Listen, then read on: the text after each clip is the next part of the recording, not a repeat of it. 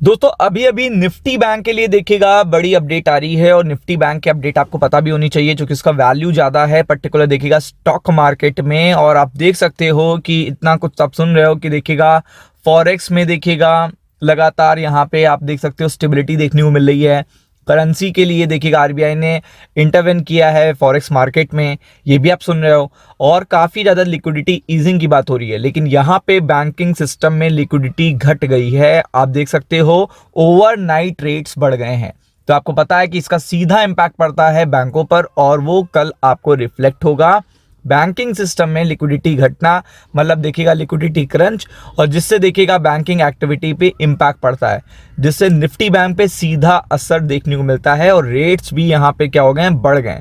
तो अगर आप देखेंगे रेपो रेट से भी ऊपर यहाँ पर आप देख सकते हो रेट्स पहुंच चुके हैं और ये इम्पैक्ट आपको देखने को मिलेगा अपकमिंग वीक में। मार्केट पार्टिसिपेंट का कहना है कि सिस्टम से अचानक कैश निकल जाने से ओवरनाइट सेगमेंट में बोरोइंग कॉस्ट बढ़ गई है। आप समझ सकते हो बोरोइंग कॉस्ट का बढ़ना ना तो केवल बैंक के लिए अच्छा है बल्कि इकॉनमी के लिए भी अच्छी बात नहीं है और स्टॉक मार्केट के लिए तो बिल्कुल भी अच्छी बात नहीं है। आप देख रहे हो कि जापान में जरा सा रेट हाइक की बात आई थी तो कितना बड़ा असर पड़ा था। तो यही चीज़ सेम यहाँ पे देखने को मिल रही है कि अचानक से कैश निकल जाने के मतलब ये कोई सडन सिचुएशन है, ये ऐसी सिचुएशन ना समझिएगा कि ये पहले से प्री प्लान थी, ऐसा कुछ था। ये अचानक से देखिएगा जो कैश है वो निकल चुका है, जिससे ओवरनाइट जो देखिएगा बोरिंग कॉस्ट है वो बढ़ गई है। कंपनियों के एडवांस टैक्स पेमेंट का ज़्यादा असर पड़ा है। आप देख सकते हो कंपनियों के टैक्स चुकाने पर भी काफ़ी ज़्यादा पैसा अचानक सिस्टम से निकल चुका है। तो आप समझ सकते हो कि कंपनियां देखिए, आपको पता ही है कि कोई एक दो कंपनियों की बात नहीं हो रही है, मल्टीपल कंपनीज की बात हो रही है।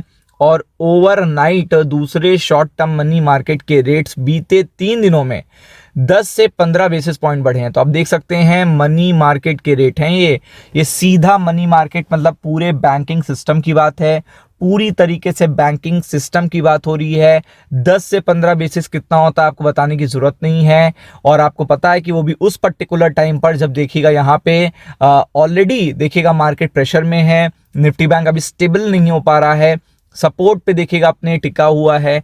बैंकिंग सिस्टम में लिक्विडिटी घटने से ऐसा हुआ है। और आप देख सकते हो कि अगर पूरे के पूरे बैंकिंग सिस्टम की बात हो रही है, लिक्विडिटी पूरे बैंकिंग सिस्टम में घटी है, तो ये तो बिल्कुल भी अच्छी बात नहीं है। इसमें एडवांस टैक्स पेमेंट का बड़ा हाथ है।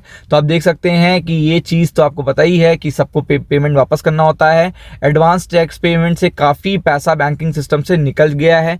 आरबीआई का डेटा के मुताबिक ओवरनाइट देखिएगा जो रेट्स हैं वो 5.25% के रेपो रेट के मुकाबले 10-15 बेसिस पॉइंट ज़्यादा रेट्स पर ट्रेड हो रही हैं। तो आप देख सकते हैं कि यहाँ से अगर जो आरबीआई का रेट है उससे भी ज़्यादा अगर ट्रेड हो रहा है तो ये अपने आप में बहुत बड़ी बात है।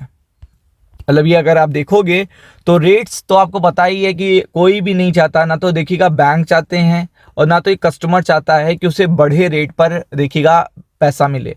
वो सब ये चाहते हैं कि देखिएगा घटे रेट पर उसे पैसा मिले। तो आपको पता है कि इस पर्टिकुलर टाइम पर किसी एक बैंक की बात नहीं हो रही है, इस पर्टिकुलर टाइम पर पूरे बैंकिंग सिस्टम की बात हो रही है। और बैंकों को इंटर बैंक ट्रांजेक्शन करने होते हैं। अगर वो आपको पता है कि वो बढ़े हुए बोरिंग कॉस्ट पे करेंगे तो वो चीज़ देखिएगा उनको महंगा सर्कुलेशन भी देगी, फिर वो आपको प्रोवाइड करेंगे महंगे में। तो इससे देखिएगा लिक्विडिटी का काफ़ी बड़ा असर देखिएगा पूरे सिस्टम पे पड़ता हुआ देखने को मिलेगा। इस सिस्टम से लिक्विडिटी में कमी संकेत मिलता है, मतलब जो पूरा ये सिस्टम हुआ है और ये अचानक से हुआ, सडन हुआ है। तो आपको पता है सडन चीज़ों से देखिएगा मार्केट सरप्राइज होता है और सडन चीज़ों पे रिएक्ट भी करता है। तो मार्केट पार्टिसिपेंट का कहना है सिस्टम से अचानक कैश निकल, अचानक से हुआ है ये चीज़। देखिए यहाँ पे देख सकते हैं अचानक से ये हुआ है, फिर अचानक से बोरिंग कॉस्ट बढ़ी है।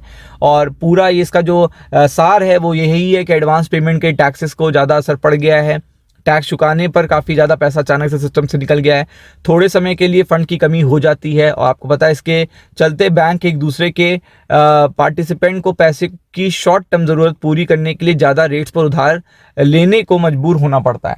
तो आपको पूरी तरीके से कॉन्सेप्ट समझ में आ चुका होगा कि इस पर्टिकुलर रेट्स के बढ़ने से बेसिकली क्या होगा कि बैंक्स क्या करेंगे, शॉर्ट टर्म के लिए मतलब ये भले 5 दिन की बात हो, लेकिन शॉर्ट टर्म के लिए क्या करेंगे, एक दूसरे से जो लेन देन देते हैं, एक दूसरे से जो पैसा लेते हैं, वो उन्हें बढ़े रेट पे लेना पड़ेगा, जिससे अलग अलग बैंकों पे इसका अलग अलग असर पड़ेगा, क्योंकि ये बिल्कुल कंटिन्यू फ्लो है, मतलब कंटिन्यूस फ्लो स्टेटमेंट है, ये ना सोचिएगा कि ये एक दिन का है, तो ये आपको भी पता है।